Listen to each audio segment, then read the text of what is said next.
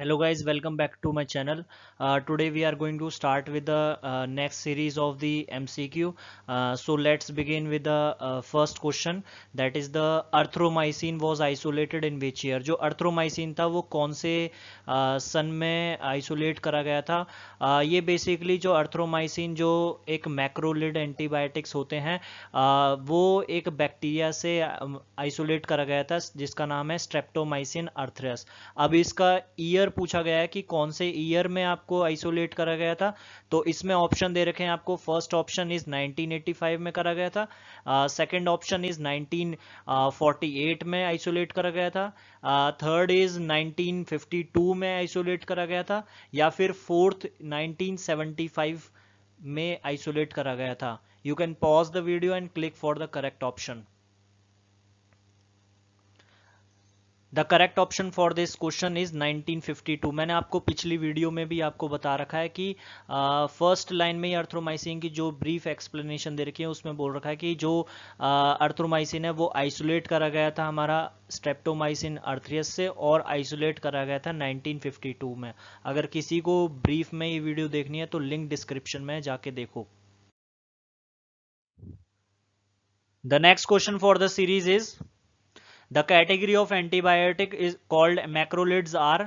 जो एंटीबायोटिक होते हैं मैक्रोलिड्स उनकी कैटेगरी क्या होती है? इनमें से इन ऑप्शंस में से कौन सी कैटेगरीज है? पहली कैटेगरी है कि बैक्टीरियोस्टैटिक होते हैं. दूसरी कैटेगरी है कि बैक्टीरियोसाइडियल होते हैं. तीसरी कैटेगरी एंटीवायरल है. चौथी है कि फ्यू रेयर कंडीशंस में ही यूज होएगी, use for only few rare conditions. या पांचवी है अस्थमा कंडीशंस में यूज होते हैं. बैक्टीरियोस्टैटिक का मतलब होता है कि आपका जो बैक्टीरिया की जो ग्रोथ है उसको रोक रहा है. साइडियल का मतलब है कि बैक्टीरिया को किल कर रहा है. एंटीवायरल का मतलब है कि वायरस को मारता है. ये अस्थमा में यूज होता है या फिर कुछ रेयर डिजीज में यूज होता है. You can pause the video and click for the correct option.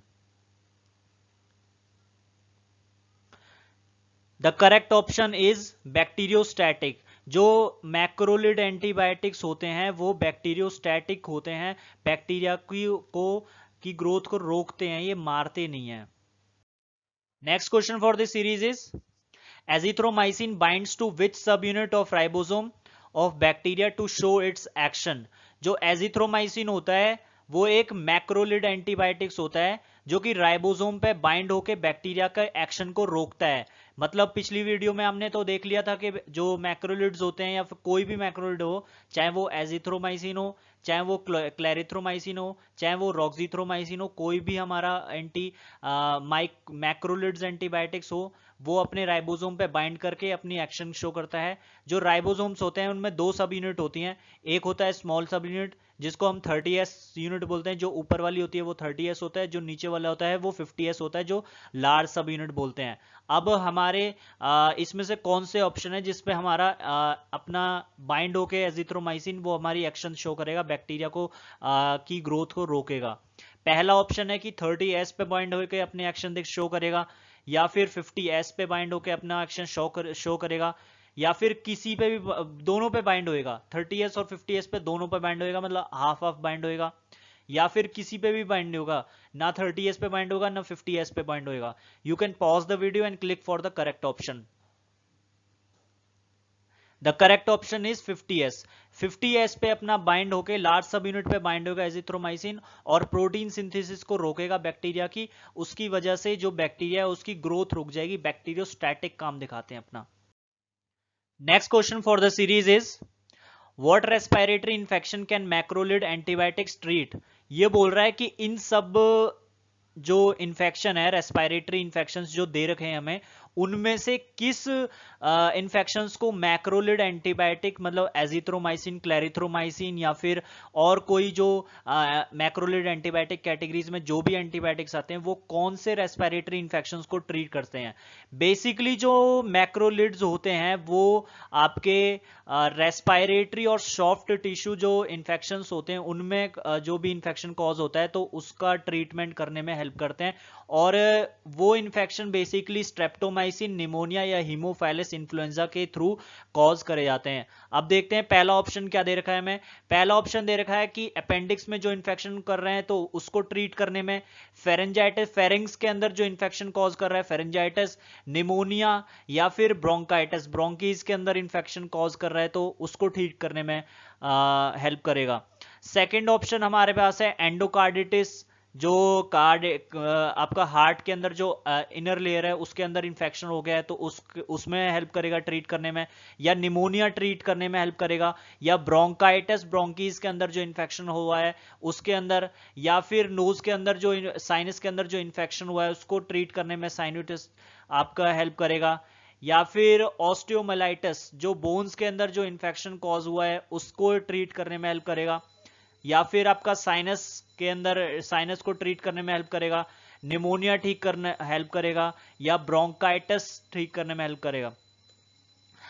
Fourth option हमारे पास है निमोनिया, फेरेंजाइटिस, साइनोस्टिस एंड आपका ब्रोंकाइटिस। तो you can pause the video and click for the correct option. The correct option for this question is fourth, pneumonia, pharyngitis, sinusitis and bronchitis. Pneumonia को ठीक करने में help करेगा, bronchitis में help करेगा, sinus में इंफेक्शन जो कॉज हो रहा है वो हेल्प करेगा, और रेस्पिरेटरी ट्रैक का ब्रोंकाइटिस में जो इन्फेक्शन कॉज हुआ है वो हेल्प करेगा। ये चारों की चारों आपकी रेस्पिरेटरी इन्फेक्शन है, और सारी में से जैसे ऑस्टियोमाइलाइटिस है वो बोन की है, एंडोकार्डिटिस रेस्पिरेटरी की इन्फेक्शन नहीं है, ये आपका कार्डिक में इन्फेक्शन हो रखा है, या अपेंडिक्स के अंदर ये आपका रेस्पिरेटरी नहीं होता, अपेंडिक्स में इन्फेक्शन हुआ है तो वो आपका अलग ऑप्शन बन जाता है, इसलिए करेक्ट ऑप्शन आपका फोर्थ बनेगा इसमें। Next question for the series is what is the patient at a risk for if she or he does not complete their entire course of macrolide।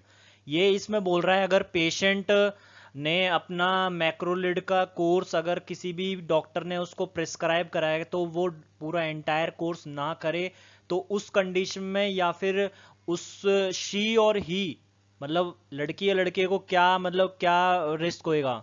पहला इसमें ऑप्शन दे रखा है कि drug resistance which means that antibiotic will no longer work to treat the patient's infection.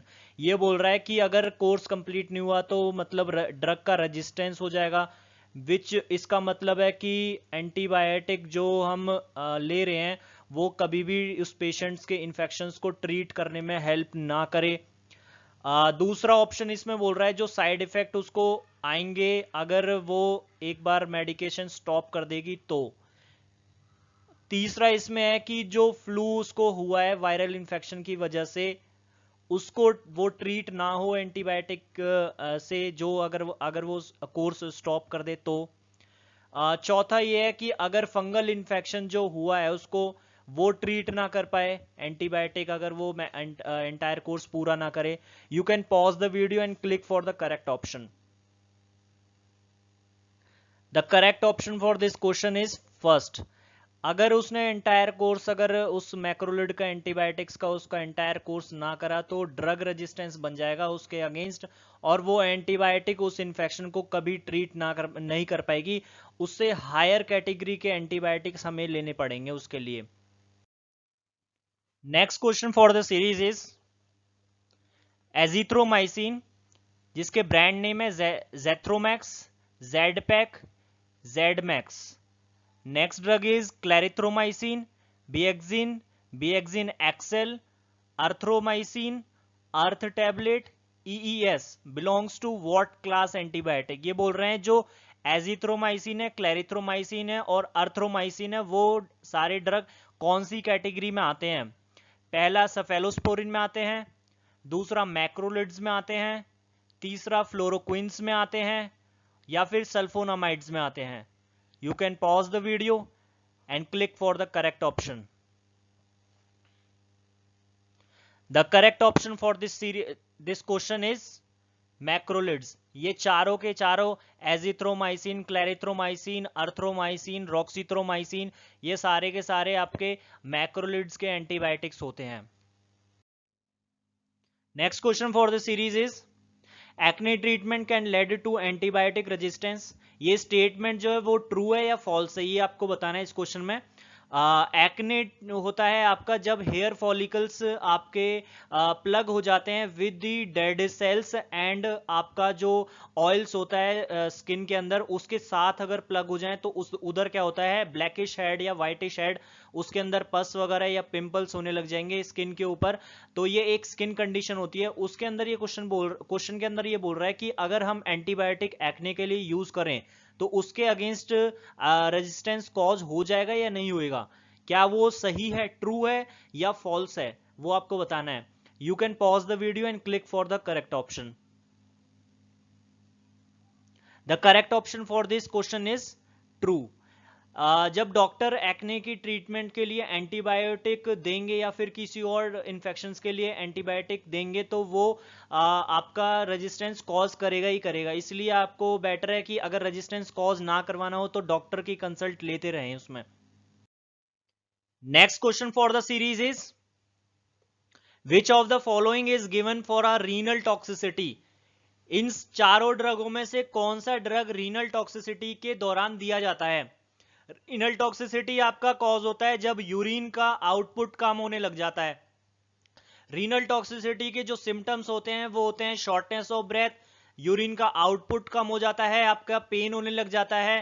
अब जो पहला option है इसमें वो होता है डेमिक्लोसाइक्लिन। दूसरा जो ड्रग यूज कर सकते हैं मिनोसाइक्लिन। तीसरा होता है doxycycline and fourth one is tetracycline. You can pause the video and click for the correct option.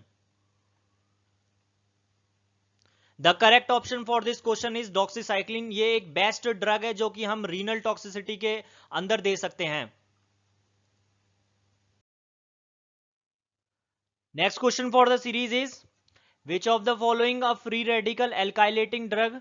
इन चारों ऑप्शंस में से या ड्रग में से कौन सा फ्री रेडिकल आपका एल्काइलेटिंग ड्रग है। एल्काइलेटिंग ड्रग वो ड्रग होते हैं जो डीएनए के ग्वानिन अमाइनो एसिड पे अपना एल्काइल ग्रुप अटैच करके और उस सेल की ग्रोथ को रोकते हैं। पहला इसमें ऑप्शन आता है कार्म्यूस्टिन, दूसरा ऑप्शन होता है थियोटेपा, तीसरा ऑप्शन है प्रोकार्बाजिन, चौथा ऑप्शन है altretamine. You can pause the video and click for the correct option. The correct option for this question is thiotepa. ये सारे के सारे चारों के चारों आपके एंटी कैंसर एजेंट होते हैं, कैंसर की थेरेपी में यूज करे जाते हैं। Next question for the series is travellers diarrhoea is treated with. जो ट्रेवलर्स डायरिया वो कौन से किस ड्रग से ट्रीट करा जाता है। ट्रेवलर डायरिया बेसिकली आपका एक इंटेस्टाइनल डिजीज या इन्फेक्शन होता है, डिजीज तो नहीं बोल सकते, इन्फेक्शन होता है जो कि आपका कॉज होता है कंटेमिनेटेड फूड लेने से या कंटेमिनेटेड वाटर पीने से। ये बेसिकली सीरियस इन्फेक्शन नहीं होता, ये अनफॉर्चुनेटली अनप्लीजेंटली ऐसे ही हो जाता है अगर कंटेमिनेटेड फूड कोई भी बंदा ले रहा है या कंटेमिनेटेड वाटर अगर पी रहा है। मेनली सिम्टम इसका देखा जाता है वो एब्डोमिनल क्रैम्प या एब्डोमिनल पेन होता है। फर्स्ट ऑप्शन इसमें बोल रहा है कि सल्फर डायजीन लेंगे इसको ट्रीट करने पे, कोट्राइमोक्साजोल लेंगे इसको ट्रीट करने के लिए, थर्ड या फिर डेप्सोन लेंगे इसको ट्रीट करने के लिए, या फिर पायरामेथामीन लेंगे आपका ट्रीट करने के लिए ट्रेवलर्स डायरिया को। You can pause the video and click for the correct option. The correct option and best option for this question is cotrimoxazole. अब ये देखो पायरामिथामीन जो होता है वो एंटी मलेरिया होता है, वो तो यूज होने वाला नहीं है। डेप्सोन एंटी लेप्रेसी होता है और सल्फर डायजीन वैसे ही गलत ऑप्शन हो गई, तो यूज ही नहीं होने वाला। सल्फोनामाइड्स जो होते हैं वो यूज नहीं होते। बेस्ट ऑप्शन जो बैक्टीरियाज जो बैक्टीरिया कॉज करते हैं जो कंटेमिनेटेड फूड के अंदर रहते हैं वो आपका कोट्राइमोक्साजोल के अंदर ही बेस्ट ऑप्शन आपको। Last question for the series is which of the following statement is incorrect. इन सारी स्टेटमेंट में से कौन सी इनकरेक्ट स्टेटमेंट है, गलत स्टेटमेंट है। पहली स्टेटमेंट है all the aminoglycosides are active at alkaline pH. सारे के सारे अमाइनो ग्लाइकोसाइड्स जो होते हैं वो एल्कलाइन पीएच पे एक्टिव रहते हैं। काइनामाइसिन हैज अ हाईएस्ट नेफ्रोटॉक्सिसिटी। जो काइनामाइसिन अमाइनो ग्लाइकोसाइड्स होता है वो नेफ्रोटॉक्सिसिटी कॉज करता है, मतलब किडनी में टॉक्सिसिटी बहुत ज्यादा कॉज करता है। Gentamicin is used in meningitis cause by a gram negative bacteria. जो मेनिंजाइटिस होता है, ब्रेन्स के अंदर जो लेयर होती है उसके अंदर जो इन्फेक्शन कॉज होता है ग्राम बैक्टीरिया की वजह से, वो जेंटामाइसिन, उसमें जेंटामाइसिन सबसे ज्यादा यूज हो जाता है। Aminoglycosides acts intracellularly. जो अमाइनोग्लाइकोसाइड्स होते हैं वो इंट्रासेलुलरली ही एक्ट करते हैं। You can pause the video and click for the correct option. The correct option for this question is aminoglycosides act intracellularly. Aminoglycoside कभी इंट्रासेलुलरली एक्ट नहीं करते। मैंने इन सब को अमाइनोग्लाइकोसाइड की एक ब्रीफ वीडियो बना रखी है, you can watch this and link in the description.